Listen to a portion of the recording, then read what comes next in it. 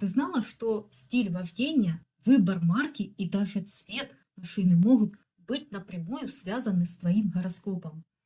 В этом видео я покажу, как диспозитор третьего дома влияет на то, как ты водишь, какую машину выбираешь и почему это не случайность. Это видео подойдет астрологам, автолюбителям и всем, кто только выбирает свое первое авто искренней душой и всем сердцем. Если хочешь разобраться именно в своей карте, понять себя глубже, я провожу личные консультации по видеосвязи, без переписок, без ботов, только ты и я, где ты сможешь задавать уточняющие мне вопросы. Все контакты под этим видео в описании. Теперь поехали. Сегодня будет интересно. Как же выбрать автомобиль по гороскопу, да? Узнай, как диспозитор третьего дома влияет на стиль вождения, выбор машины и отношение вообще в целом к транспорту. Да? В астрологии за автомобиль, как известно, в контексте именно передвижения отвечает третий дом. Но если вы покупаете автомобиль как инвестицию, то он тогда уже идет по второму дому. А если вот именно как средство передвижения, средство коммуникации, да, как ежедневный инструмент работы, как бы коммуникации с миром, то он рассматривается всегда по третьему дому. Самое важное – это диспозитор третьего дома, да, вот планета, управляющая тем знаком, в котором стоит куспид этого дома, да. Планета-диспозитор, какая планета, да, показывает стиль езды как способ коммуникации с миром именно, да, отношение к автомобилям в целом и к водителям, да. Знак диспозитор расскажет уже о том, какой автомобиль человек предпочитает, да, по эстетике, по характеристикам, по каким-то своим. А вот то, в каком доме находится этот диспозитор, да, то и будет главным приоритетом при выборе автомобиля, да, на что будет человек ориентироваться вообще. Давайте посмотрим, как ведет себя каждый управитель третьего дома, а потом как влияет расположение диспозитора в том или ином доме или знаке. Да? Я вам приведу массу живых примеров, чтобы вы могли увидеть, как абстрактная планета превращается в конкретный выбор. Выбор цвета, формы, модели, назначения автомобиля, да, и даже мировоззрения. И это все очень сильно помогает при ректификации, если вы не уверены в своем времени рождения. А пока ты слушаешь это видео, напиши в комментариях, какая планета является диспозитором именно твоего третьего дома, да? В каком она доме стоит и какой у тебя на самом деле автомобиль. Как он тебе достался? Это был подарок, наследство или вообще его купили по велению сердца и долго выбирали? Итак, управители третьего дома, какая планета, да? Если диспозитором третьего дома является Солнце. В этом случае человек обязательно будет выбирать такой автомобиль, который поможет ему проявиться в социуме, к миру, к людям, да.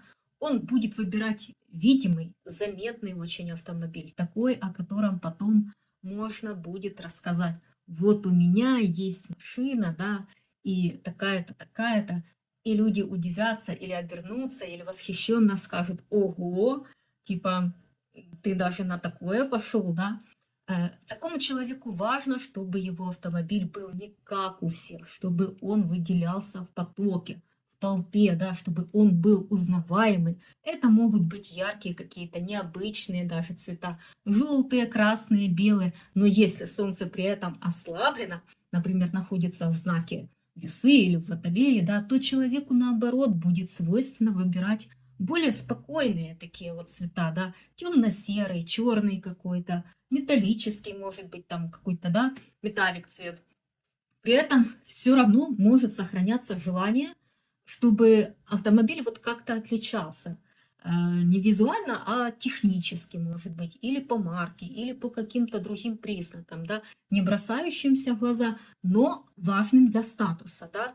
Машина должна быть заметной, пусть не внешне, но по своей сути все равно, как бы, например, какая-то редкая модель, или какой-то дорогой салон, да, или необычное оформление. Все-таки солнце у нас, да, как бы является диспозитором.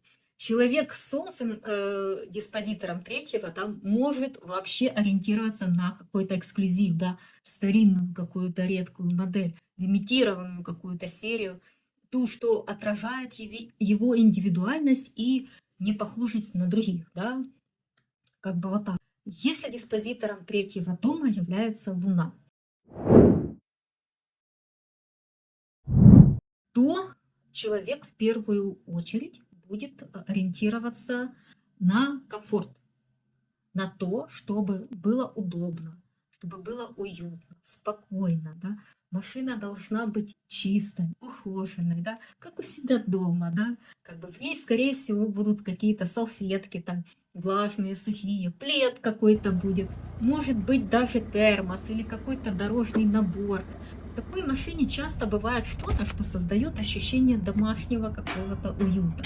Какая-то игрушка мягкая, да, ароматизатор с теплым каким-то таким вот запахом, коврики, да, которые приятно потрогать ногами, да.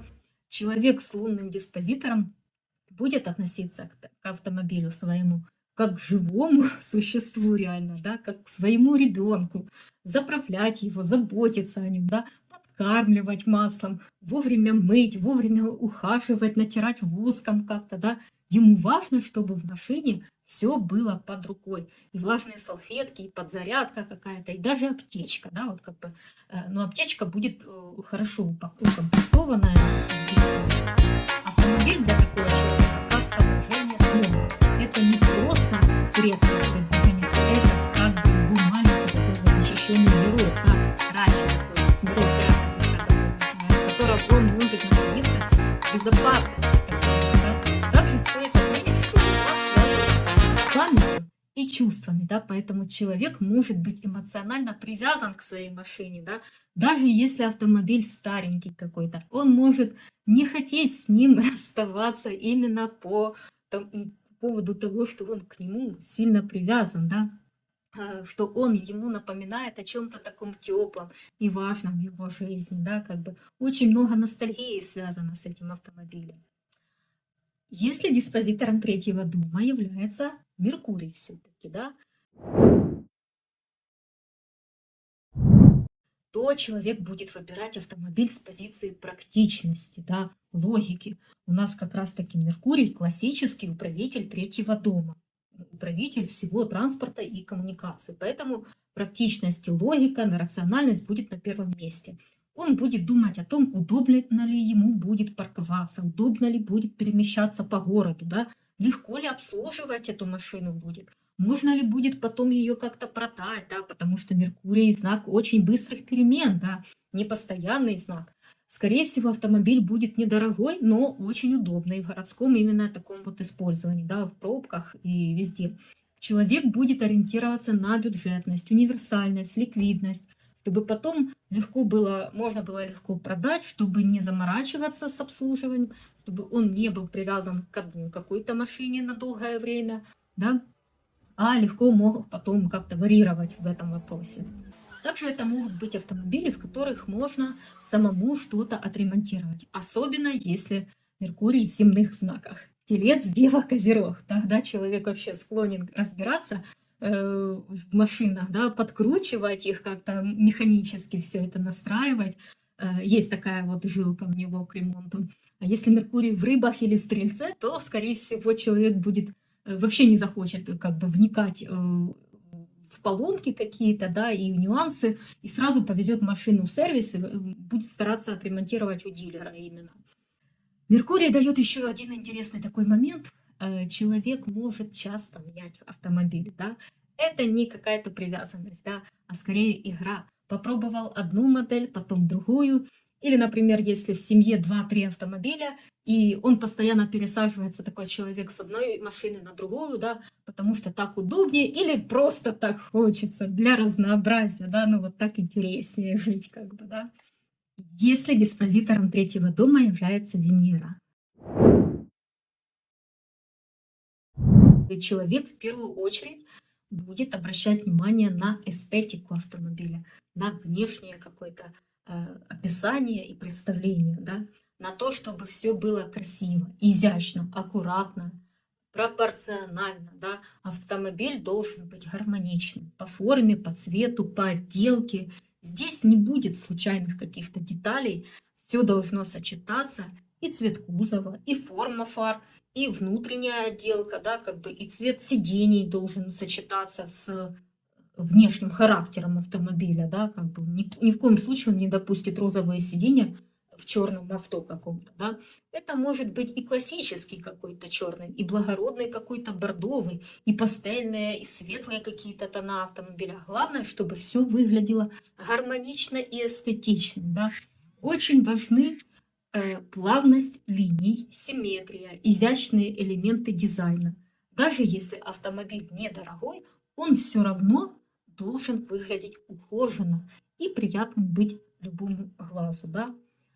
И есть одна важная такая вот деталь, да, все зависит от знака, в котором находится Венера. Это, например, если Венера находится в Овне, да, там, где она находится в изгнании, да, то форма автомобиля может напоминать какой-то гоночный болид, да, стремительный такой вот резкий, агрессивный, с такими острыми какими-то линиями, да.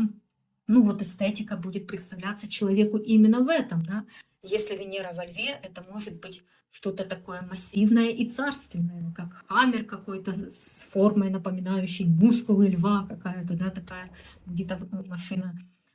Если Венера в Скорпионе, может тянуть к темным каким-то, да, мистическим автомобилям, таким что-то вроде черного бумера такого, или такой машины, похожей на автомобиль Бэтмена, да, летучая мышь, вот такая машина может быть, приглянуться человеку такому. Если Венера в Козероге, то форма будет сухая, такая строгая, без излишеств, максимально функциональная, да, классический какой-то кузов, строгие линии, никаких финтиклюшек там, да, и вычурных таких черт, да, у нее. А вот Венера в Водолее может выбрать нечто нестандартное, да, к примеру, электромобиль с крупными какими-то колесами, такими популярными, да, светлым каким-то салоном, чтобы что-то футуристическое такое, современное, да, с ощущением простора такого вот, просторного салона, и чтобы там было воздуха много, да, вот как-то так. Цвета при этом будут воздушные какие-то, голубой, серебристый, белый, там вот как-то так, да, светло-зеленый может быть. То есть даже сама форма автомобиля будет отражать то, в каком знаке как бы находится Венера, да.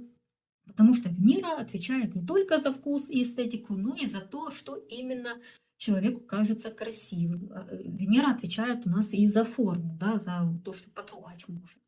А это уже зависит непосредственно от знака, да. Если диспозитором третьего дома является Марс, то человек будет выбирать автомобиль, исходя из принципа, насколько машина быстро разгоняется, какой у нее мотор, насколько она маневренная такая, как она реагирует на поворот руля, да, как бы насколько она послушная вообще, да, для водителя. Вот самым главным будет мощность, резкость, динамика, да, маневренность и в то же время удобство управления, да, чтобы машина слушалась, чтобы она откликалась на действия водителя без задержек, да, каких-то, чтобы не было какого-то люфта, да, чтобы вот такие вот качества, чтобы были. Чтобы она ехала ровно именно туда, куда ему нужно, а не как-то вот по-своему, да. Если диспозитор находится в Овне, то человеку может нравиться рев прямо мотора, да, звук вот такой вот интересный, такой брутальный, чтобы двигатель был слышен. Он будет ориентироваться на лошадиные силы, на технические параметры. Он может хотеть, чтобы машина была какой-то вот спортивной или напоминала какую-то спортивную такую машину с собой, да, чтобы чувствовалась какая-то вот в ней скорость, чтобы был какой-то драйв, чтобы можно было рвануть со светофора первым, да, вот как-то так, чтобы можно было всех удивить этим ревом, да, мотора или своей выхлопной трубы, как это модно сейчас, да, чтобы насколько было удобно парковаться, да, особенно вот в напряженной такой городской какой-то обстановке в час пик, да. Человеку с марсианским диспозитором важно, чтобы он мог резко перестроиться, да, влезть где-то в узкое какое-то пространство, да, в потоке машин и припарковаться прямо в одно касание очень быстро, да. Он ценит четкие линии, жесткость подвески, допустим, способность быстро реагировать на ситуацию, да. Машина для него это как партнер в бою, да, она должна быть собрана, быстрая, надежная в движении, как бы, чтобы он на нее мог положиться полностью, да, и доверять ей. Если Марс находится в Скорпионе, это может быть очень сильная тяга к автомобилям с агрессивным внешним видом, да, с черными или темными оттенками, с сильным каким-то резким мотором. Он может хотеть, чтобы его машина выглядела внушительно, вот как-то даже немножко угрожающе, вот как-то так вот, да. Потому что Скорпион сам по себе, ну, старается навеять какого-то страха, внушить, да, человеку. Вот так вот. Также важно, чтобы она отражала внутреннюю силу хозяина ее, решимость и готовность к действию. Еще такой момент. Если диспозитором является Марс, и он находится в одном из знаков своей силы, да, в Овне или в Скорпионе, или в Козероге, да, то у человека может быть прямо тяга к железу, да, ему нравится сама механика, сам процесс, да, покопаться вот в этих всех детальках, да, под капотом, разобрать, собрать. Такие вот люди могут даже самостоятельно ремонтировать свои автомобили, тянуться вообще к технике, да, понимать ее, разбирать, как бы собирать, да, оставляя лишние детали. Даже таких мы знаем, да. А некоторые из них даже работают в гаражных мастерских или частных СТО, да, где переоборудуют машины, ставят какие-то турбодвигатели, тюнингуют, допустим, да, их красят, усиливают звук выхлопа. Им важно не просто ездить, а делать машину мощнее, злее, техничнее, да, и чтобы это ощущалось, чтобы звук мотора был сочный такой, вот, да, чтобы каждый старт со светофора был как вызов, как пыль в глаза, да, вот так вот. Именно у таких водителей не держится как раз-таки язык за зубами, да, во время езды, и мы слышим агрессию и критику в сторону других участников дорожного движения, да. Wycieraczki Volvo 3! Czemu zawsze w Volvach wycieraczki się kurwa odwracają podczas jazdy, no? Fuck!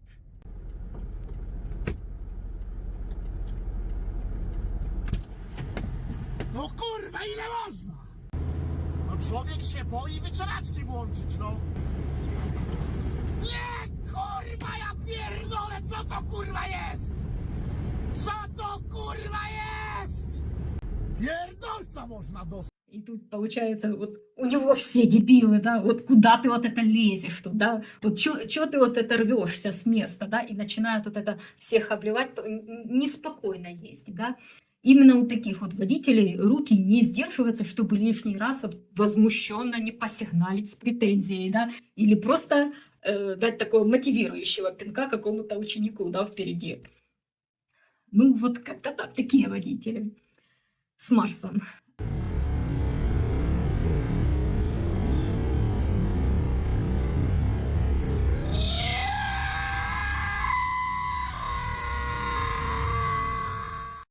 Если диспозитор третьего дома является Юпитер,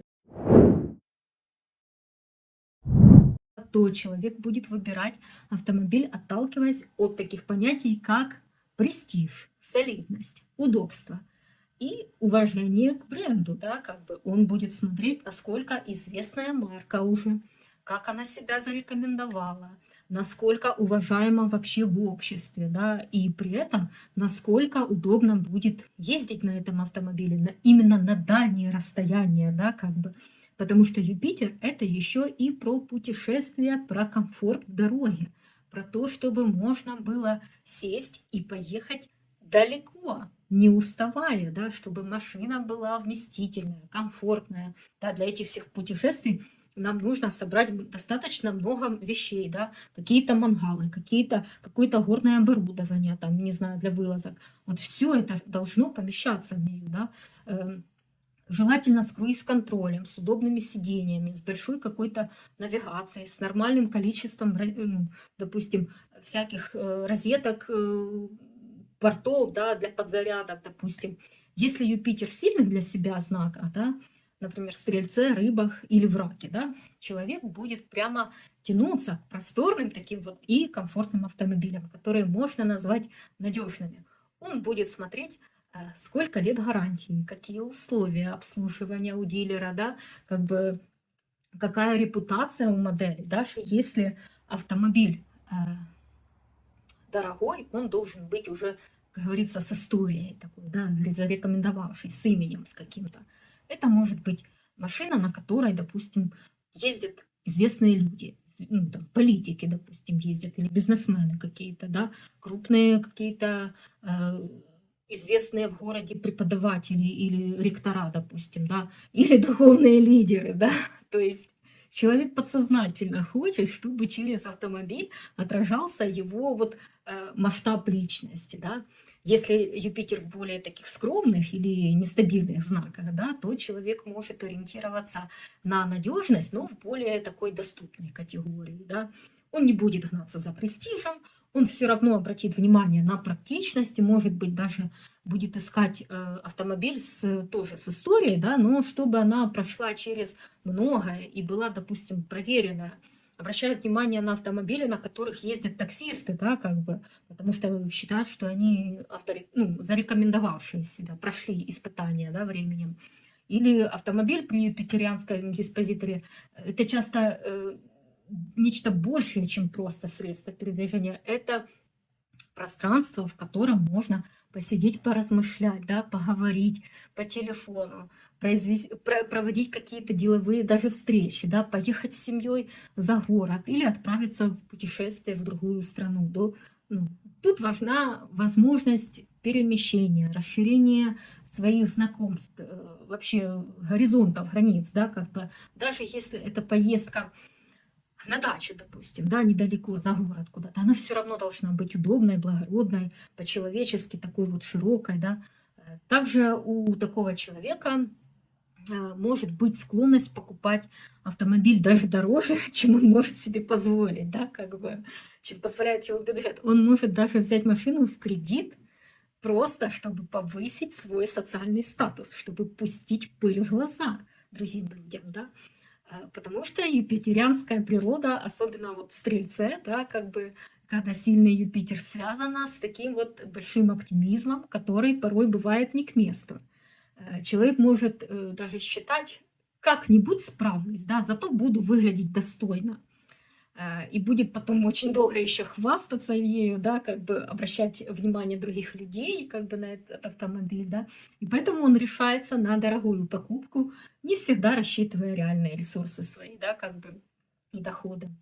Машина в таком случае становится инструментом не только для передвижения, но и для демонстрации как бы другим, да, вот, мол, посмотрите, я чего-то добился, да, вот как бы, вот могу себе позволить, да. И это вот желание произвести впечатление особенно часто встречается у людей, связанных с преподаванием, с каким-то, с религией, политикой или публичной какой-то деятельностью, да. Именно поэтому очень часто можно увидеть священнослужителей на каких-то дорогих таких вот джипах и внедорожниках, да. Известная всем история. А может, у твоей машины или автомобиля, твоего близкого человека есть какая-то особенная судьба, да? Какой был у нее интересный такой вот путь? Может быть, смена владельцев, допустим, или необычная история вообще какая-то была, да? Напиши об этом в комментариях под видео. Нам всем будет очень интересно об этом почитать. Если диспозитором третьего дома является Сатурн, то человек будет подходить к выбору автомобиля очень рационально, да, очень продуманно и осознанно. Он будет смотреть не на внешний вид автомобиля, не на престиж, не на скорость, да, не на историю какую-то, а прежде всего на надежность. Машина должна быть прям такой вот рабочей лошадкой, да, которая не подведет, которая не требует особого какого-то ухода за ней и внимания, да, которая прослужит много лет верной службой такой вот, да, буквально железный конь. Такой человек может специально выбирать модель, о которой известно, что она э, ездит по 300-400 тысяч километров без серьезных каких-то поломок, да, проверенных временем. Даже если автомобиль уже был, то он может покупать именно такие марки. Также ему будет важно, чтобы автомобиль соответствовал всем техническим нормам.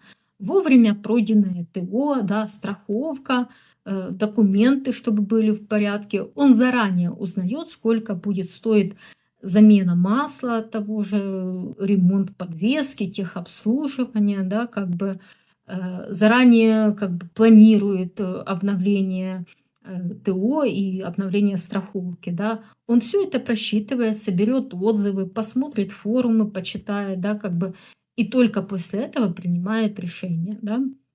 Для такого человека важно, чтобы автомобиль не требовал постоянного внимания, да. Луна как бы изгоняется, да, Сатурном, поэтому никакой сентиментальности, никакого пристрастия, да. Чтобы он, этот автомобиль вот просто выполнял свою работу, свою функцию, да. Даже если машина старая, главное, чтобы она была вот надежной, да. Он будет следить за состоянием, вовремя чинить, и не из какой-то там любви к технике, а просто вот потому, что ну, вот так надо, да, потому что он на нее надеется, чтобы она не подвела и не был материальный ущерб. Это люди, которые могут ездить на одной машине, на одном автомобиле по 10-15 лет и не испытывать желания ее поменять, да, пока она справляется со своей задачей, столько вот он и ездит, да. Если Сатурн в Козероге или в Деве, подход, подход будет особенно вот таким вот строгим и практичным. Да? Если Сатурн в Водолее при этом, то возможен интерес к редким, но проверенным временем моделям. Да? Даже если это какой-то гибрид, то все равно он должен быть проверенным временем.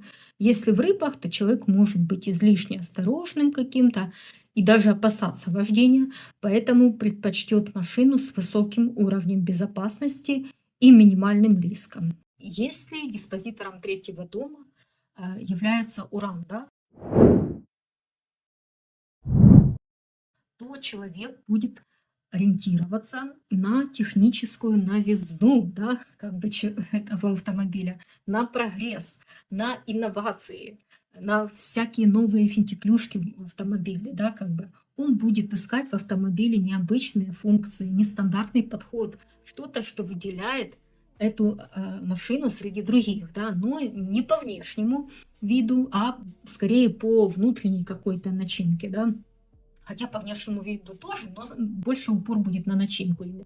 Это могут быть электрокары какие-то, гибриды, машины с автопилотом, с нестандартной посадкой, с необычной какой-то панелью управления, да, с продвинутой мультимедийной системой какой-то, да, там крутая какая-то. В приоритете будет наличие также всяких сенсоров, да, систем помощи водителю, там, парктроники различные, да, круиз-контроли, самопарковки, ассистенты слепых зон, да, всякие там интересные зеркала.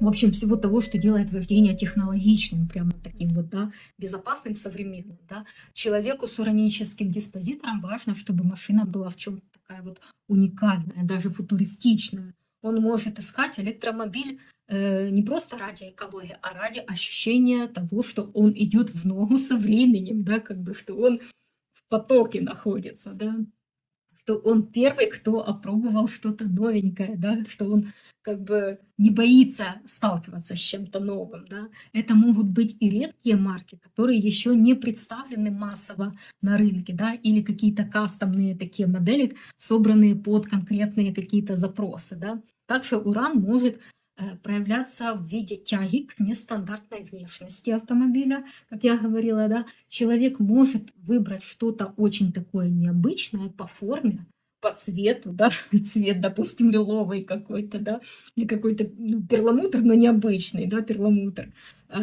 Конструкции, например, автомобиль с дверьми, которые открываются вверх, допустим, да, такие как крылья, или с какой-то панорамной такой крышей, да, интересной, с яркими цветами, какими неоновыми вставками прямо в машине, да, там или на внешней стороне машины, стеклянными какими-то деталями. Также у людей с диспозитором третьего дома, ну, как бы в виде урана, часто встречается тяга к кабриолетам, таким машинам, в которых можно полностью опустить крышу, да, и кататься с ветерком, с ощущением свободы, скорости, свежего такого воздуха, да.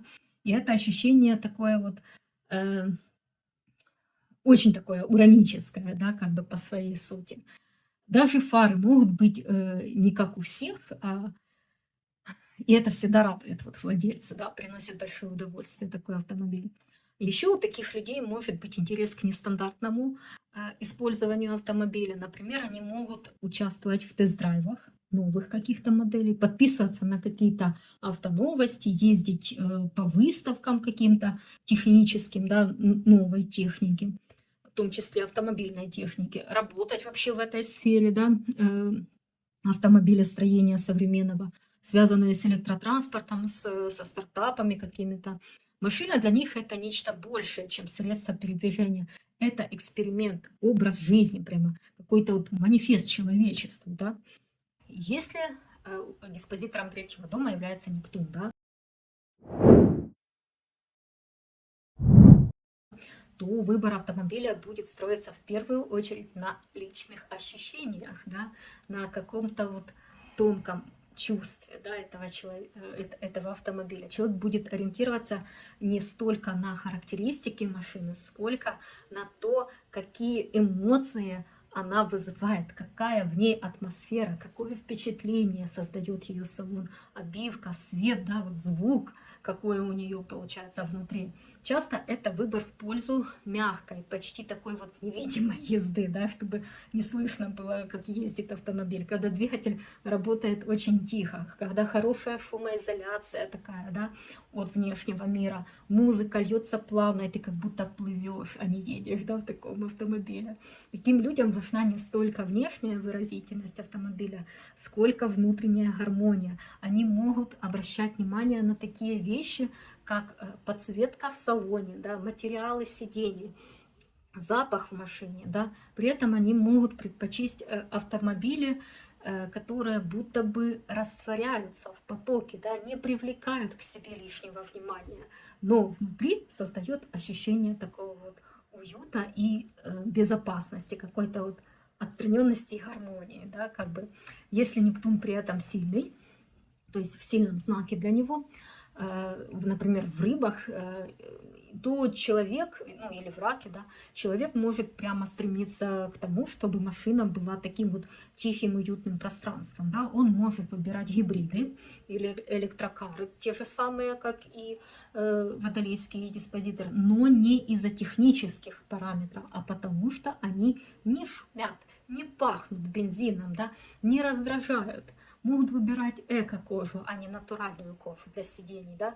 Может быть вообще склонность к выбору таких вот машин светлых оттенков, белого, бежевого, молочного, голубого, или наоборот, темных, глубоких, таких вот акварельных, да? Вроде там сине-зеленый какой-то, или глубокий лавандовый такой вот, да? Или вот темно-коричневый такой вот, с какой-то вишневой примесью, да, допустим, темного серебра какого-то. Также у таких людей может быть такая особая эмоциональная связь с автомобилем, да.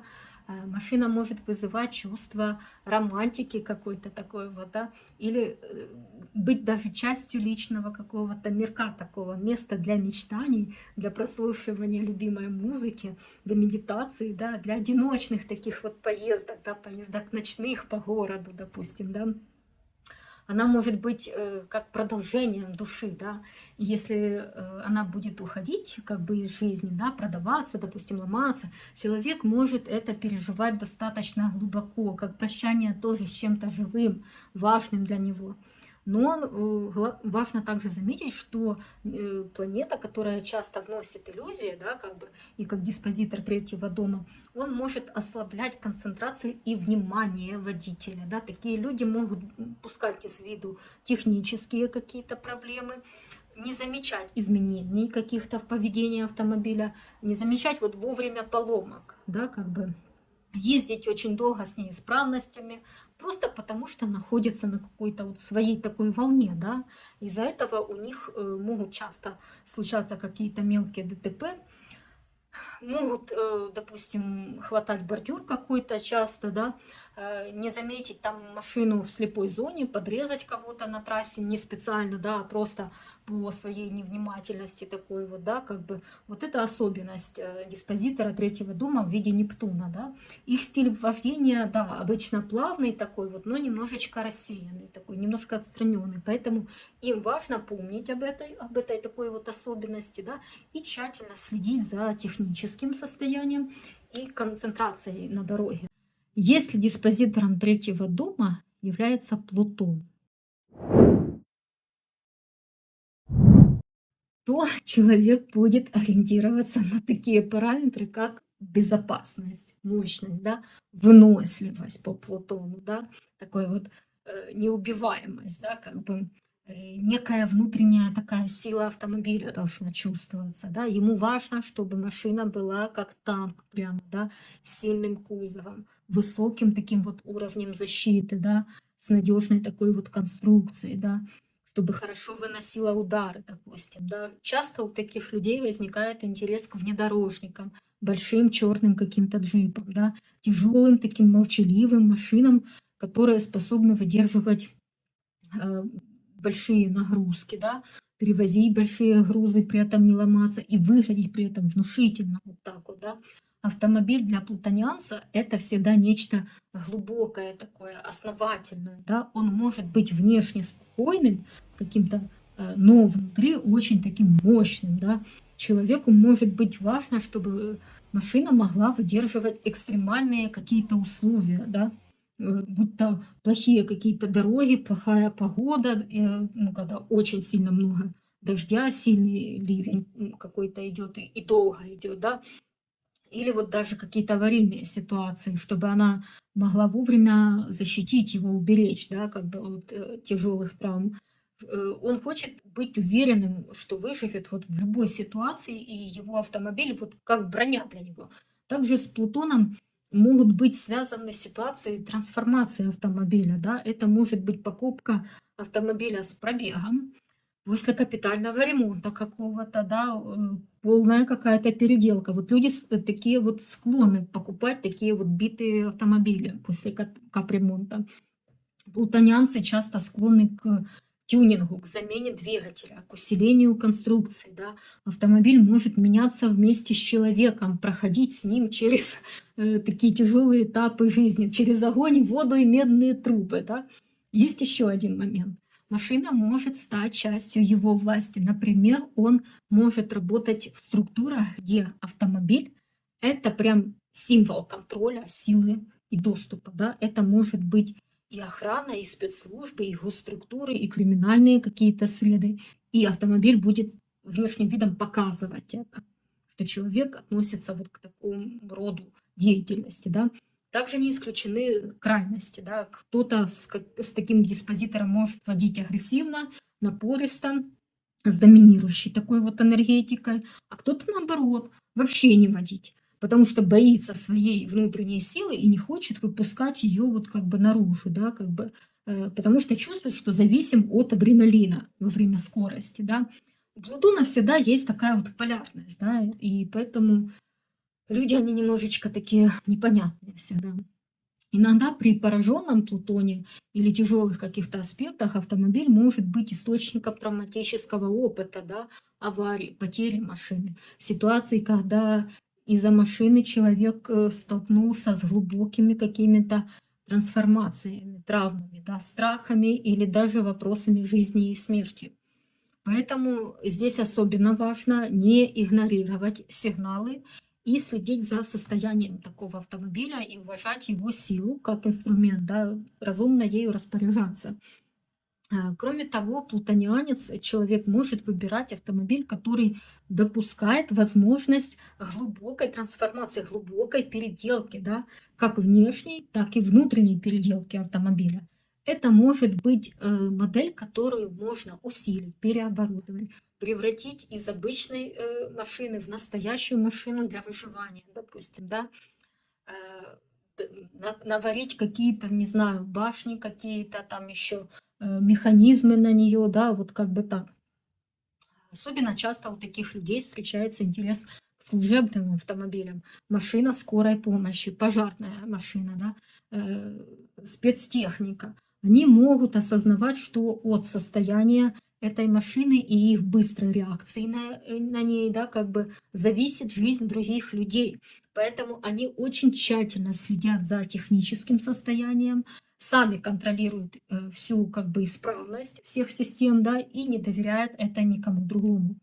Плутон также может давать такую вот склонность к агрессивному вождению, да, человек получает адреналин от самой езды, от скорости, да, как бы ему трудно остановиться, тогда на дороге, как бы, да, от напряжения вот на трассе, да, как бы ему классно, кайфует от этого, исчезает контроль как бы над собой. Иногда это выливается в зависимость от экстрима, да, резкие перестроения, стремление обогнать, втиснуться, соревноваться на трассе, да.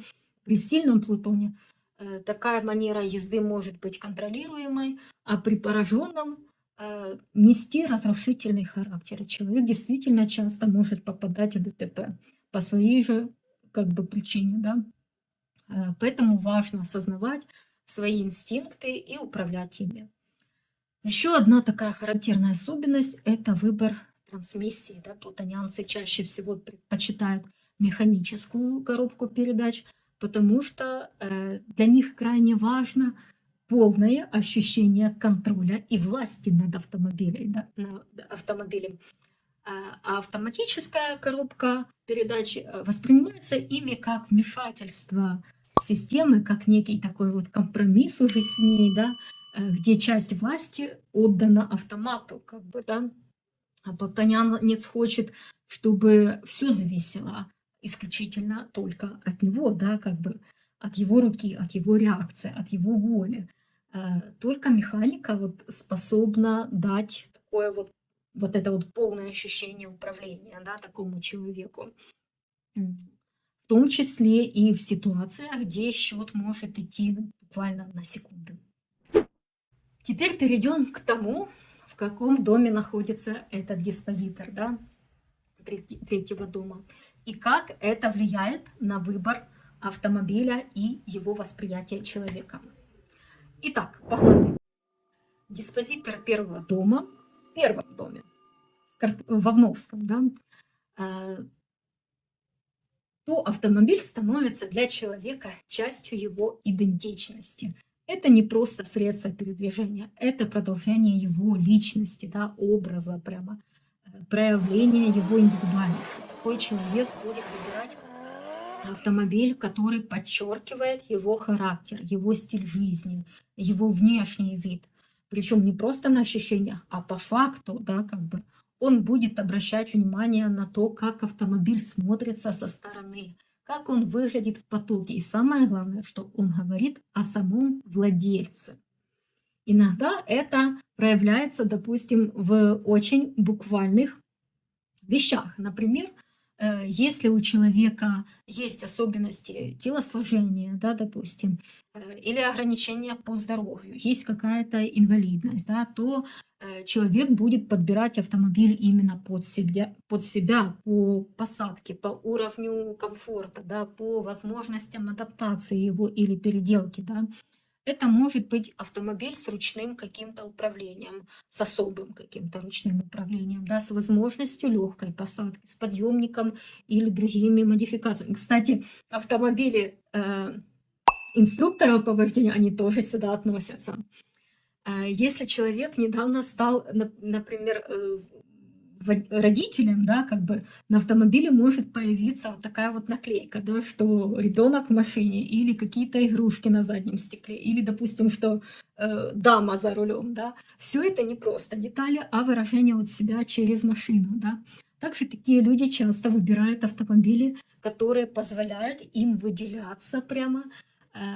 Цвет, марка, тюнинг, да, даже вот номерной знак какой-то. Все может быть подобрано так, чтобы автомобиль подчеркивал: "Вот он я", да. Особенно стоит отметить любовь к необычным номерным знакам, таким, где можно увидеть имя владельца, да, его какой-то никнейм, инициалы или какие-то интересные буквенно-цифровые комбинации, да, как бы, которые несут личный такой вот смысл и дают понять как бы э, о том, кто за рулем, да. Это еще один способ такой вот выразить свою индивидуальность, заявить о себе, обратить на себя внимание, да, или наоборот оставаться такой вот загадкой для непосвященных.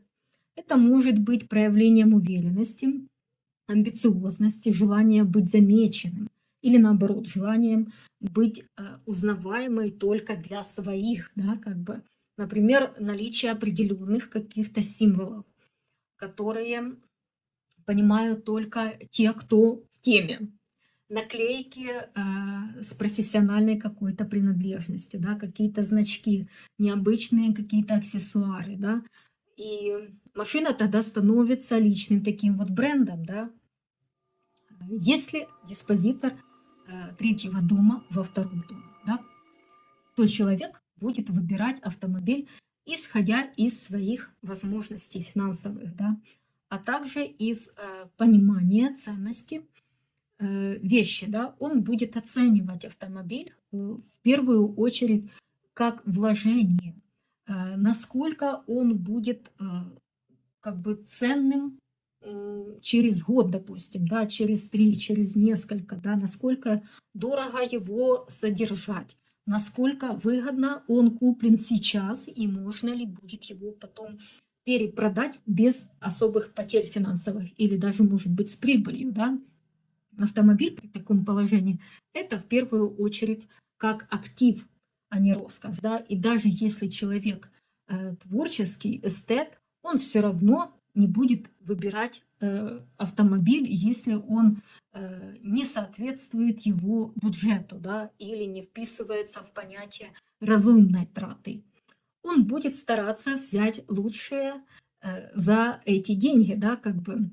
Соотношение цены и качества обязательно должно быть вот на первом месте, да, как бы. Э, Он будет стараться взять ту машину, которая максимально отражает соотношение вот цена-качество и цена-качество через год, через два. Да, вот как-то так. Также человек с диспозитором третьего дома во втором доме может приобрести автомобиль просто потому, что он ему очень сильно запал в душу, да, прямо, ну вот очень сильно понравился, вот хочу и все, да. Такая покупка может быть абсолютно нерациональной с точки зрения бюджета, да, но при этом глубоко эмоционально обоснованной, да, как бы. Человеку может настолько понравиться как бы определенная какая-то модель, цвет, форма, что он будет готов пойти на все, лишь бы купить именно этот автомобиль, да, как бы. Даже если, ну, вот фиксация происходит, да, по тельцу. Телец у нас фиксированный знак, поэтому происходит фиксация на желание. И поэтому даже если нужно подождать, накопить или немного подужаться, да, как бы в чем-то другом, человек все равно будет ориентироваться на комфортную такую вот стоимость, на обслуживание, узнает, сколько будут стоить заменные какие-то части, расходники, да, сколько страховка будет стоить. Машина должна быть не только красивой, но и обслуживаемой, ремонтопригодной, да, желательно с большим количеством доступных СТО и наличием запчастей, да. Если у человека есть тяга к эстетике, то он обязательно постарается проявить себя именно в деталях, но при этом так, чтобы это не било по карману. Оригинальные какие-то чехлы, да, стильные коврики, может быть необычная какая-то подсветка, но все в рамках бюджета со здравым таким вот смыслом. Напиши в комментариях, как ты выбирал свою машину, да, по уму или по сердцу, да. Если диспозитор третьего дома находится в третьем доме, да, как бы, то человек будет особенно внимательно подходить к выбору автомобиля с точки зрения повседневного удобства. Здесь важны простота, универсальность, практичность. Машина должна быть такой, чтобы удобно было ездить каждый день ею, да, на работу, по магазинам, по делам, за детьми, допустим, чтобы она была компактной, легко парковалась, легко заводилась, да, как бы не привлекала лишнего к себе внимания ГИБДДшника, да, как бы, и вообще зевак. Но в то же время была опрятной, аккуратной и соответствующей его стилю, да, общения и окружения. Человек с таким положением часто выбирает универсальные какие-то цвета. Серый, белый, темно-синий, темно-зеленый, серебристый, да, самые такие ходовые цвета, как бы. Не потому что он не любит как бы яркие цвета, а потому что машина должна быть как все, чтобы не бросалась в глаза, чтобы о ней было легко рассказать друзьям, да, как бы коллегам, соседям, потому что он не будет ею особо гордиться, допустим, там. Это именно средство передвижения, и все, средство удобства и комфорта. Да. Он не хочет смущаться или как-то оправдываться за свой выбор. Машина должна быть такой, о которой приятно сказать, вот на чем я езжу, да, и получить спокойную, уважительную реакцию такую вот, да. Также для таких людей важна марка и репутация автомобиля в ближнем круге. Вот если в его круге у большинства людей ездят вот на таких автомобилях, вот и я себе такой вот куплю, да, чтобы особо не выделяться, ну, значит, все одобрят, и все. Они будут спрашивать также мнение у друзей в интернете, смотреть, какие машины у соседей, у коллег, у родственников, допустим. Их интересует, насколько распространена эта марка автомобиля, да, как бы, насколько ее много в городе, да, насколько удобно на ней маневрировать и какие плюсы и минусы по отзывам как бы она имеет. Да. Кроме того, человек будет обращать внимание на такие вот мелочи, да, как зеркала, обзор, легкость управления, как звучат двери, как включается свет. Для него все это часть повседневного такого вот комфорта. Он может критично относиться к деталям, которые другим кажутся несущественными, да, как бы. А вот другие детали, он понимает, что это как раз и составляет повседневность и постоянность его жизни, да. Интересным моментом также является и то, что автомобиль при таком положении может использоваться как инструмент для рекламы или самопрезентации, особенно если диспозитором является Солнце, да, или Венера, находящиеся прямо вот в третьем доме, да, как бы человек может выбрать яркий какой-то запоминающийся цвет автомобиля, чтобы привлекать реально внимание, потому что он будет воспринимать это как работу, да, как средство связи с миром. Автомобиль может быть оформлен как рекламный как раз-таки носитель, да, с логотипом, с каким-то, с контактами, там, с визуальной какой-то идентикой. Это может быть личный транспорт, но он будет служить и как средство продвижения. Не только передвижения, но и продвижения. Особенно если владелец связан с коммерцией, услугами или публичной какой-то деятельностью. Да. Также возможен вариант тест-драйвов, то есть автомобиль для тест-драйвов, когда человек сам владеет машиной, но предоставляет ее для демонстраций, пробных каких-то поездок, да, в том числе и для маркетинговых каких-то целей. Для него это все часть повседневного комфорта. Он может очень критично относиться к деталям, которые другим кажутся неважными, но для него, допустим, это важно. Итак, диспозитор третьего дома в четвертом доме, да, в лунном доме. Человек при выборе автомобиля будет исходить из своих домашних каких-то бытовых условий. Да. Он обязательно задумается, где эта машина будет проживать у него. Да. Если у него есть свой личный гараж какой-то, подземная парковка какая-то, да, вообще вот теплое место, да, есть у него условия для проживания этого автомобиля или нет. Или ему придется оставлять автомобиль под окнами, да, на стихийной какой-то стоянке или парковке, да, где, возможно, рядом растут какие-то деревья, под которыми, ну, с которых могут падать ветки, допустим, при ветре, да, или по ночам там шатаются какие-то подозрительные, ну, не знаю, подростки, наркоманы или еще кто-то, да, как бы он будет об этом думать, да. Эти детали для него очень важны. Он может отказаться от большой какой-то габаритной машины, если понимает, что парковка у него ограниченная какая-то, да, мало места, где поставить ее, или наоборот выберет именно такую, если у него есть просторный двор какой-то, просторный гараж, или он живет далеко за городом, и ему приходится вот часто ездить по каким-то ухабам и бездорожью, да. Луна – это местность, да, это территория, район проживания, да, как бы, и будет ориентироваться именно на масштабы, на количество метров, на количество километража, да. Будет также думать, насколько машина подходит для поездок по тому району, где он живет, да. Например, если он добирается до дома по грунтовке, то, скорее всего, как раз-таки выберет какой-то кроссовер или внедорожник, да, как бы. Если район спокойный и все рядом, будет что-то более компактное такое, да, как бы не такое вычурное. Также человек с диспозитором третьего дома в четвертом часто обращает внимание на безопасность. Он будет смотреть, насколько машина защищает, как она ведет себя в непогоде, есть ли в ней системы устойчивости, подушки безопасности, да, потому что Луна – это фактор перемен, это как раз и про погоду тоже, да, потому что для такого человека важно, чтобы автомобиль был продолжением его дома, да, надежным, защищенным, стабильным пространством.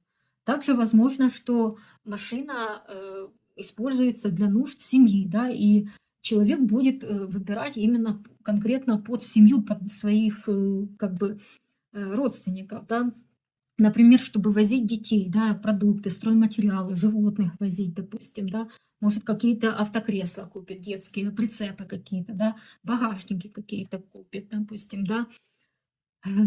Это не просто транспорт для него, это вот как часть такого вот семейного быта, да. Кроме того, при таком диспозиторе в четвертом, да, человек может ориентироваться на мнение прямо близких при выборе автомобиля, да. Например, он может прислушиваться к рекомендациям брата, сестры, матери или другого старшего родственника, отца, допустим, да, или дедушки, или бабушки, допустим, в зависимости от того, с кем он проживает, да. Как бы под них, под их нужды тоже будет выбирать этот автомобиль. Автомобиль также может восприниматься как часть семейной традиции, да. Если отец всегда ездил на «Опеле», то и сын будет тоже выбирать «Опель», да, считая этот бренд надежным и проверенным, да. Это вот как династия прямо автомобилей, где они передаются, где, ну, как бы передается в наследство не только марка, но и отношение вообще к автомобилю, как к важной части жизни вообще, существования, да. Иногда автомобиль может буквально перейти по наследству, да, от отца, деда или другого родственника, да, просто по документам переходит и все друг друга. Как бы машина переписывается по доверенности и продолжает служить просто уже новому поколению, да. В таких случаях человек может особенно трепетно относиться к автомобилю как к семейной реликвии, которая несет в себе память и уважение к корням своим, да, потому что четвертый дом – это дом наших корней, это дом нашего рода и семьи, да. Если диспозитор третьего дома находится в пятом доме, да, в львином доме, то автомобиль для человека становится не просто транспортом, а источником радости, удовольствия и даже элементов развлечения. Он может воспринимать автомобиль как часть своей игры, как инструмент, с помощью которого он демонстрирует свою какую-то креативность, да, творчество, индивидуальность, артистизм. Вождение может восприниматься не как обязанность, да, а как удовольствие какое-то, как хобби, как часть яркой, насыщенной какой-то жизни. Да. Часто такие люди выбирают автомобили, которые выглядят эффектно очень, привлекает к себе внимание, интерес какой-то, да, который приманивает к себе зевак каких-то, да, которые выглядят броско, стильно, да. Это может быть необычная какая-то форма, яркий цвет, нестандартная какая-то подсветка или тюнинг, да. Вот именно чтобы тоже пустить в пыль глаза, об этом тоже есть, да, у льва. Автомобиль должен радовать глаз, да, как бы вдохновлять, поднимать настроение, да, как бы. Иногда выбор может быть даже театральным каким-то. Машина, вот как словно продолжение сцены, да, на которой человек играет свою яркую роль, такую повседневную, да. Это какие-то спорткары, там, ретро-автомобили, которые участвуют в ежегодных выставках ретро-авто. Также диспозитор третьего дома в пятом может указывать на то, что автомобиль будет использоваться для выездов в места отдыха, да, на какие-то фестивали, да. Там сразу вспоминается этот фестиваль Burning Man, да, в пустыне. Человек может любить ездить с друзьями, устраивать какие-то пикники, вечерние вылазки, да. Автомобиль прямо становится вот частью его развлечения, хобби, как бы настроения, да, а не просто средством передвижения, да. Опять вспоминаю этот Burning Man. Там какие креативные машины просто, ну вот четко вписывается сюда, да. И очень часто человек с таким положением искренне вот гордится прямо своим транспортным средством. Он любит о нем рассказывать, показывать прямо друзьям, выкладывать фотографии в соцсети, да. Для него это вот прям часть имиджа, выражение вкуса и жизненной энергии. Он может быть оборудован для активного какого-то отдыха, например, там, не знаю, иметь крепление для горных велосипедов, да, багажник для лодки, например, да, или для этих не скейтов, да, а как их называют, байдарок различных, да, прицеп для кемпера или вот даже быть полноценным каким-то домом на колесах, да. Для такого человека важно, чтобы машина позволяла ему выезжать на природу, заниматься там рыбалкой, охотой, путешествовать без ограничений, да, как бы заниматься своими любимыми делами, да, то, что приносит ему большое воодушевление и радость просто, да. Это не просто транспорт, а вот элемент образа жизни, наполненного впечатлениями, приключениями и радостью, да, как бы радостью передвижения. Если человек связан с творчеством, да, то и автомобиль может быть оформлен в его стиле, да, отражать его эстетические предпочтения, содержать какие-то вот авторские такие элементы, кастомные какие-то решения, которых нет у других, да. Это может быть машина для съемок, допустим, для фотосессий, да, видеоблогов, или автомобиль съемочной группы, да, который тоже необычный по своей начинке, по всему, да, как бы для перевозки реквизита какого-то, да. Все это становится частью вот его творческого такого вот мира интересного. Диспозитор третьего дома в шестом доме. Человек при выборе автомобиля будет руководствоваться принципом все-таки надежности, функциональности, да, и практической пользы, да. Шестой дом – это у нас дом Девы, там у нас все очень должно педантично быть, и поэтому машина для такого человека – это прежде всего рабочий инструмент, средство, которое должно выполнять свои задачи без сбоев и с большой точностью, да. Он будет смотреть, насколько удобно и дешево ее обслуживать, насколько легко найти запчасти, насколько часто она ломается, да, и насколько часто она требует ухода дополнительного какого-то, да. Важна экономичность обязательно, да, это девий дом, долговечность, стабильность работы. Такой человек может использовать автомобиль в работе, да, для поездок между объектами рабочими, для перевозки чего-то для службы, да. Та же самая, допустим, выездная стоматология, да, есть такие автомобили с бормашиной внутри, да. Это могут быть автомобили для доставки, перевозки оборудования, мобильного какого-то офиса, да. И даже это личная, даже если это личная какая-то машина, то все равно должна быть максимально приспособлена к рабочим задачам, включая количество места в багажнике, да, как бы доступность ремонта, везде ли есть такие мастерские, которые обслуживают именно эту марку автомобиля, да, смогут ли ее продиагностировать правильно. Эти люди часто знают, когда нужно проходить ТО, когда нужно обновлять страховку, да, где лучше заливать масло со скидкой, допустим, с хорошей, да. Автомобиль у них почти всегда чистый, ухоженный, пусть и без изысков, но и без запахов каких-либо, да, как бы главное, чтобы все работало и не подводило. Также может быть склонность к автомобилям, которые легко модифицировать или адаптировать под профессиональные какие-то нужды, да. Установка различных там навигаторов, тахографов, дополнительных каких-то держателей, ящиков, там, не знаю, для инструментов, какие-то дополнительные баллоны, допустим, повесить на них газовые или еще что-то такое, да. Если человек работает в сфере сервиса, медицины, логистики, да, то автомобиль может быть почти всегда продолжением вот его профессии. Да, и в этом случае он будет особенно тщательно подбирать такую машину, да, чтобы она соответствовала всем его требованиям, нормам, ну, как бы ГОСам, да, и при этом не слишком била по бюджету. Часто с таким положением можно встретить таксистов, кстати, да. У них личный автомобиль, но при этом они работают как бы через таксопарк, да, и такая работа позволяет совместить вот личную транспортную потребность с его доходом, да, как бы у них автомобиль это инструмент рабочий. И все равно вот как бы даже в таких вот условиях, да, они выбирают все равно надежные, экономичные, проверенные временем машины, на которые можно вот положиться, да, как бы и в любое время подъехать на СТО, как бы без проблем и не переживать за это все. Если диспозитор третьего дома находится в седьмом доме.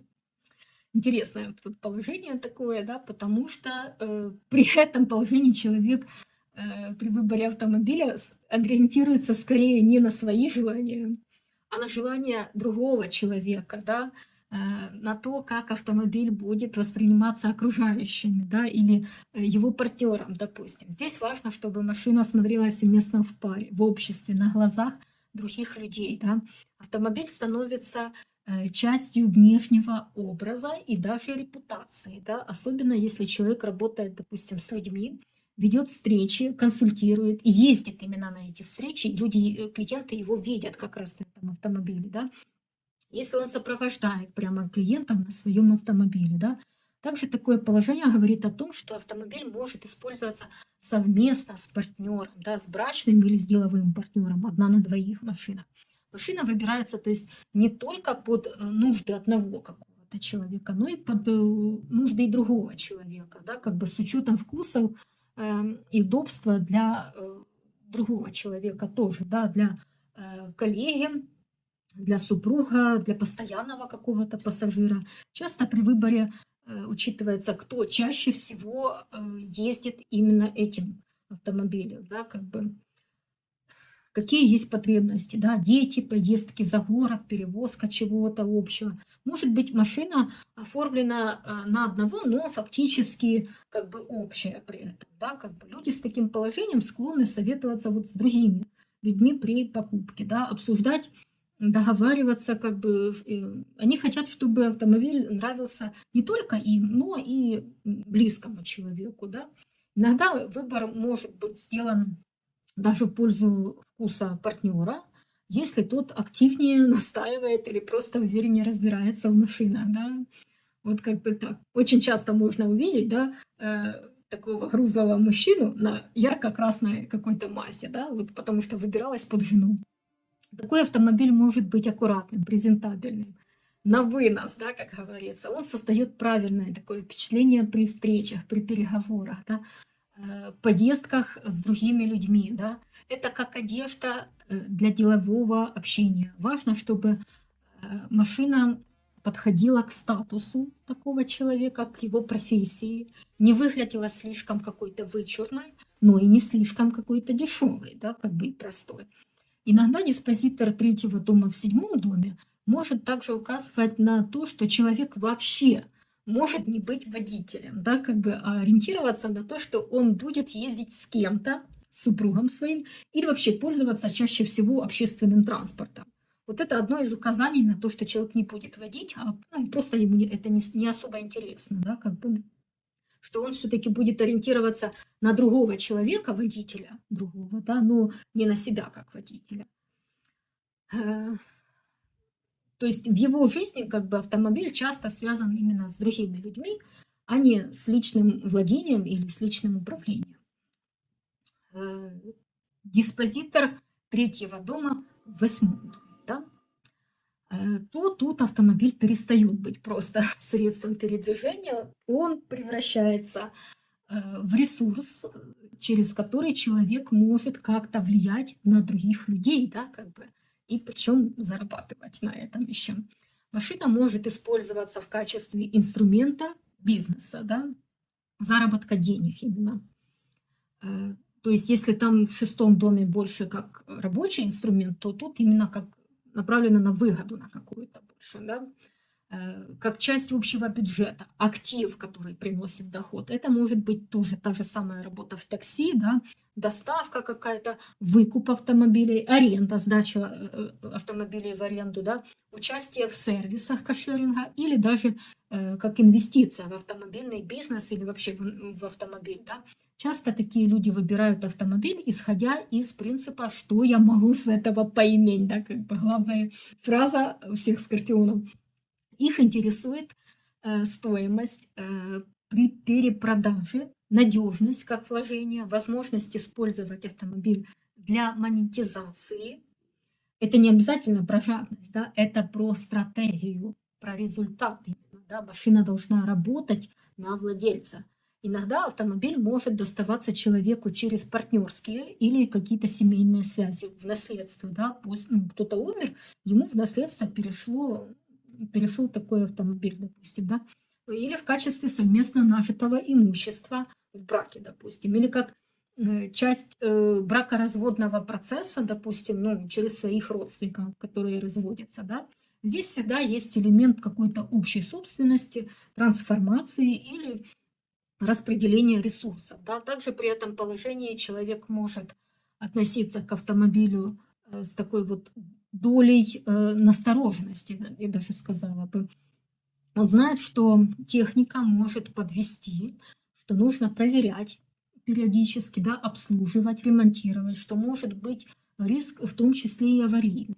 Поэтому он часто проявляет повышенное такое вот внимание к страховке, безопасности, юридической чистоте сделки, да. Может быть склонен страховаться там лишний раз, лишнюю страховку какую-то, да, оформлять каско, отслеживать историю машины, да, ВИН-код, количество владельцев, допустим, он прям внедряется, да, в боку это все исследует. Если автомобиль ломается, это не просто проблема, это всегда тема для глубоких внутренних переживаний, да, как бы, это всегда стресс для человека, да. Вообще с таким положением все автомобили человеку могут приносить много стресса, да, как бы. Иногда вот триггер для трансформации, психологического пересмотра как бы жизненных ценностей, да, как бы. Очень часто у таких людей в автомобилях можно заметить различные амулеты какие-то, обереги, да, иконки, эзотерические символы. Это может вот даже быть какая-то красная нить, подвеска там, да, с рунами или с какими-то камушками, фигурка ангела, иконка, тибетский какой-то там флажок или даже целый алтарь. Да, есть такие водители, прямо очень много такого всего наставлено на приборной панели. И эти элементы как бы размещаются в салоне прям с целью защитить себя, свое тело, свою жизнь, да, от попадания в опасные какие-то дорожные ситуации, чтобы не было никакого летального исхода, да, как бы все. Люди с таким положением часто склонны к экстремальному как раз-таки стилю вождения, к риску, к сильным таким вот высоким скоростям и каким-то опасным маневрам, да. Они сами чувствуют, что ходят как бы по лезвию бритвы, да, и потому интуитивно стремятся наложить на себя энергетическую какую-то дополнительную защиту, да, как бы чтобы обезопасить себя хотя бы на тонком плане каком-то, да. В этом смысле машина может даже становиться символом внутренней какой-то силы, которую нужно уметь контролировать и направлять. Интересно, а у тебя в машине есть какие-либо талисманы или обереги? Да? Поделись об этом, пожалуйста, в комментариях под видео. Если диспозитор третьего дома находится в девятом доме, то автомобиль для человека – это в первую очередь средство для дальних поездок, для путешествий, расширения горизонтов. Он будет, такой человек, выбирать машину не по цвету или даже не по мощности, а потому, насколько удобно и безопасно на ней отправляться далеко, на дачу, в соседний город, в другую страну. Очень важно, чтобы автомобиль был надежным для этих путешествий, да, вместительным, чтобы в него помещались все вещи, да, а поездка не утомляла. Такие люди могут предпочитать кроссоверы какие-то, такие с большим багажником, да, универсалы, минивэны, что-то большое, практичное, готовое к длительным путешествиям, да. Такой вот дом прямо на колесах должен быть. Часто важны такие опции, как круиз-контроль, мультимедийная система, да, мягкая какая-то подвеска, подогрев сидений, да, это любят такие вот как бы люди. Все, что создает комфорт в дороге. Также при этом положении автомобиль может быть связан с обучением, преподаванием, научной или какой-то духовной деятельностью. Да? Человек может использовать машину для поездок на конференции, на семинары какие-то, ретриты. Да? Вот он будет выбирать ее, исходя из того, что ему надо для вот этих целей автомобиля, как бы, да? Для паломничества. Машина – это способ быть в пути и нести знания другим людям, да, делиться идеями, обучаться самим и обучать других. Да. Еще один интересный такой аспект, да, это любовь к иностранным маркам, да, автомобилей или стремление купить машину не просто за границей, да, а даже заказать ее из-за океана. Там, из США, Канады, из Японии заказать. Да? Такие люди могут интересоваться, как устроен автомобильный рынок в других этих странах, да? Как бы, какие там машины популярны, ориентироваться при выборе на иностранную какую-то статистику, что надежнее, что выгоднее, да? Как бы, как часто ломается там все-таки. Да? Могут даже лично поехать за границу за машиной, ну, чтобы купить машину за границей.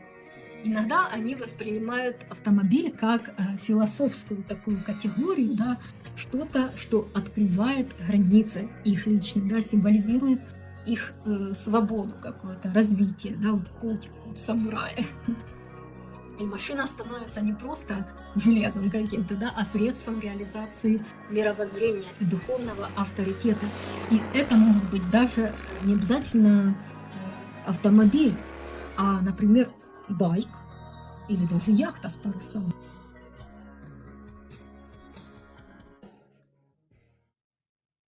Если диспозитор третьего дома находится в 10-м доме, то автомобиль становится частью социального имиджа, профессиональной репутации и карьерной реализации. Это не просто удобный транспорт, да? Это способ подчеркнуть свой статус, показать, кто ты и чем занимаешься. Да? Выбор автомобиля при таком положении будет напрямую связан с образом, который человек хочет транслировать как бы обществу. Да? Как бы серьезность, надежность, амбициозность, престиж. Да? Человек с таким положением может выбирать марку и модель машины, исходя из того, как она будет восприниматься в профессиональной его среде. Да? Это может быть автомобиль руководителя, юриста, врача, публичной какой-то персоны, да?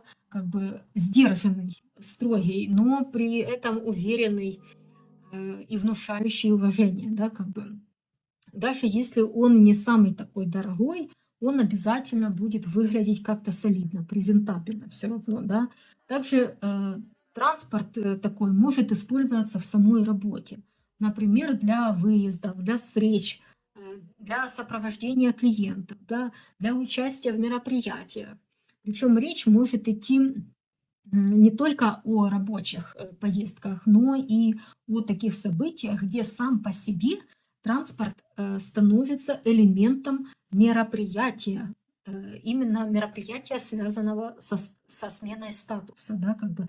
Это может быть прибытие на церемонию награждения, допустим, да, участие в официальных каких-то визитах, официальных особ каких-то, да, сопровождение политиков или знаменитостей, участие в бракосочетании, где новобрачных возит этот автомобиль, да, дипломатические какие-то мероприятия, да, форумы, автомобили представительского класса различные, да, лимузины и какие-то дорогие кабриолеты, Бентли или Роллс-Ройсы, допустим. Машина в таком случае не просто средство как бы передвижения, да, а символ того, что человек находится в нужном месте, в нужное время, да, и в особом статусе находится.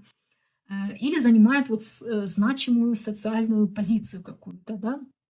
То есть важно, чтобы автомобиль не подвел, выглядел уместно месту, да, и подчеркивал профессиональную такую вот деятельность и надежность владельца, да, как бы. Иногда такая машина – это даже не личная прихоть, а вот требование должности и места, да, как бы, или сферы деятельности.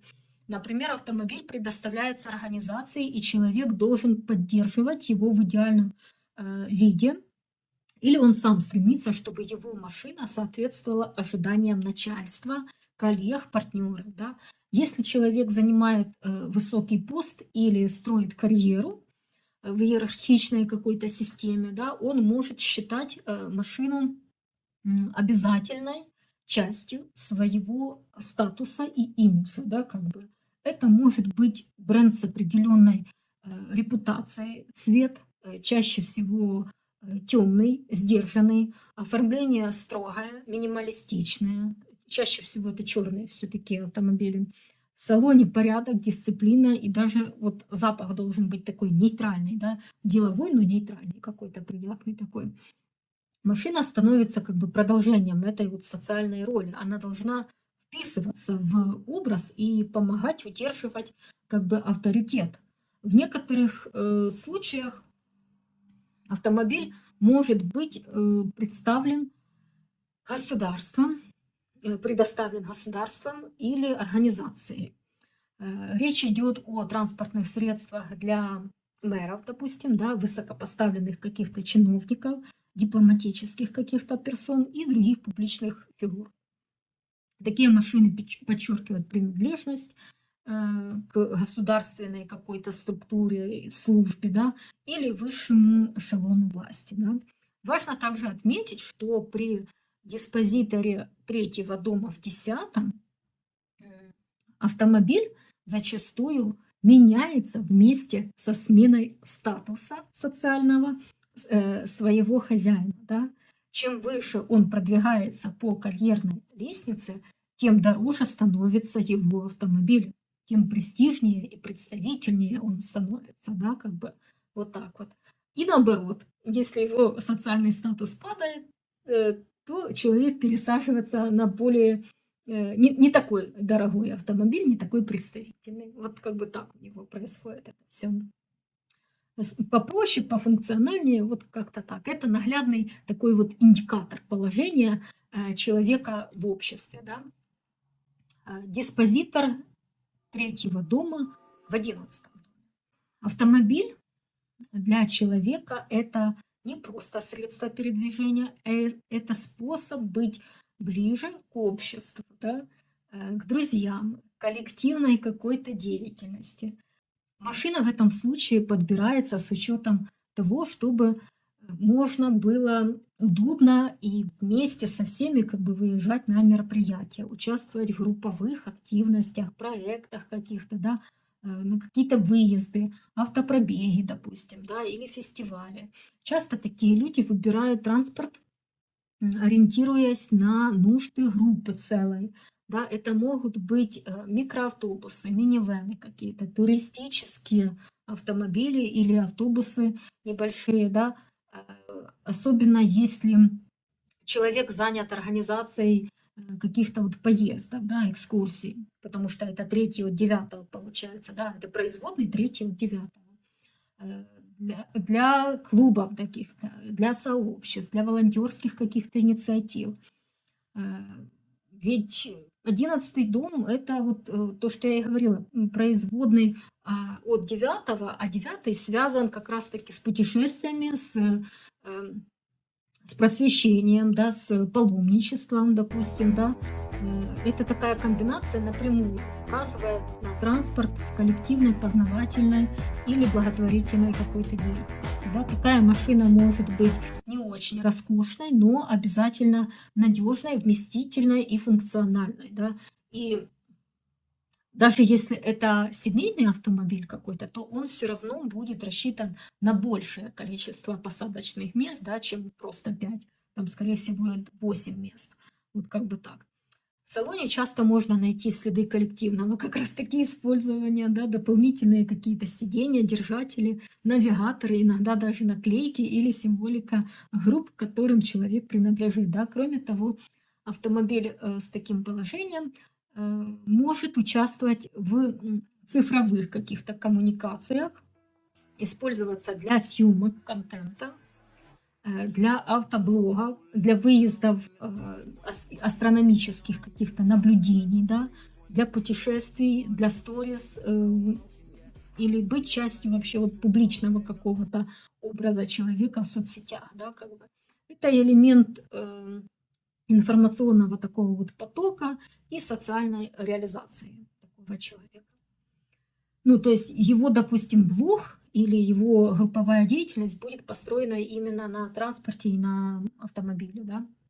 Если диспозитор третьего дома в 12 последнем доме, да, то автомобиль может стать пространством, да, как бы уединения какого-то, тишины и ухода от внешнего мира. Машина в этом случае не просто средство передвижения, а личный какой-то кокон, прямо, да, капсула, в которой человек восстанавливает свои силы, погружается в себя, слушает музыку, молчит, размышляет. Да. Вождение может быть почти вот таким вот каким-то медитативным процессом, да, прямо.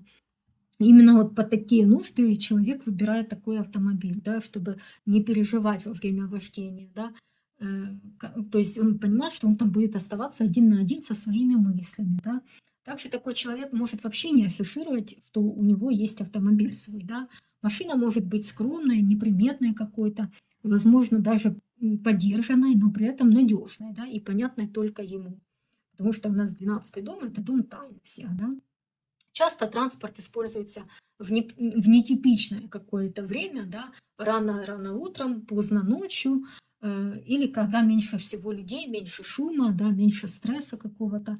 Это могут быть маршруты наедине вот с собой, с городом, вот как бы так, да, или это автомобили именно дальнобойщиков. Иногда автомобиль становится буквально тайной какой-то территории. Человек не пускает туда других, не делится, держит в ней личные какие-то вещи, символы, воспоминания. Да. Машина как продолжение его внутреннего какого-то мира, интуитивного, скрытого, такого вот тонкого. Да. Возможно, также поездки в изолированные какие-то от общества места, да, в монастыри, в санатории, психоаналитические какие-то центры, да, поближе куда-то к воде, к морю, к местам силы. Если положение напряженное, то возможны страхи, связанные с вождением, тревожность, избегание управления вообще этой машиной, да, как бы и вообще автомобилями в целом. Такой человек может предпочитать ездить с кем-то или на такси. Да, вот это еще одно указание, как бы один из таких домов, которые как бы люди часто отказываются ездить, водить сами. В некоторых случаях отказ от автомобиля как бы вовсе может быть, да, потому что он у них напряжение вызывает. Также при диспозиторе 3 в 12 может быть повышенный риск утери автомобиля через внешние какие-то обстоятельства. Например, его угон или исчезновение машины при невыясненных обстоятельствах. Да, когда вот исчезла машина, и ее потом уже долго не могут найти и не находят уже окончательно. Да.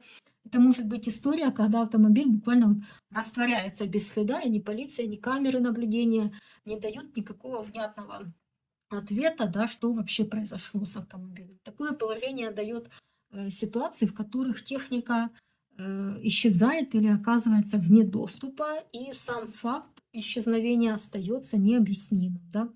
В духе 12-го дома.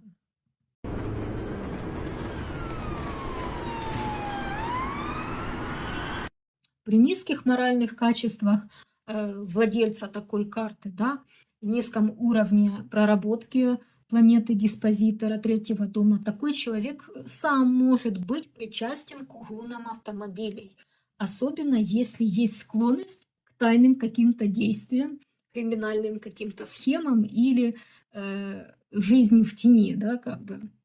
Это положение может давать тягу к скрытым манипуляциям, особенно в отношении чужого имущества, да, как бы. Однако при высоком духовном уровне и сильных моральных качествах, да, такого владельца такой карты, человек может наоборот использовать автомобиль как средство служения другим людям, да, как бы и совершать хорошие, наоборот, поступки именно с помощью автомобиля, да.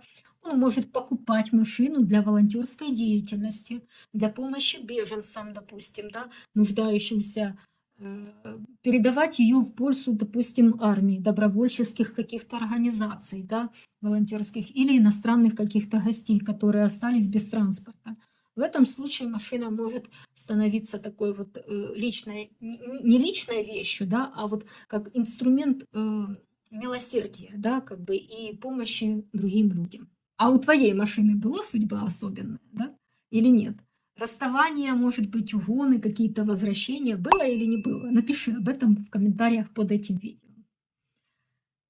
Если тебе понравился этот разбор, не забудь поставить лайк этому видео, подписаться на канал и нажать на колокольчик уведомлений. Да? Впереди еще больше интересных астрологических тем. Да? А в комментариях обязательно напиши, совпало ли у тебя и какой у тебя диспозитор третьего дома. Обсудим это в комментариях вместе. До встречи в следующем выпуске. Все, всем пока.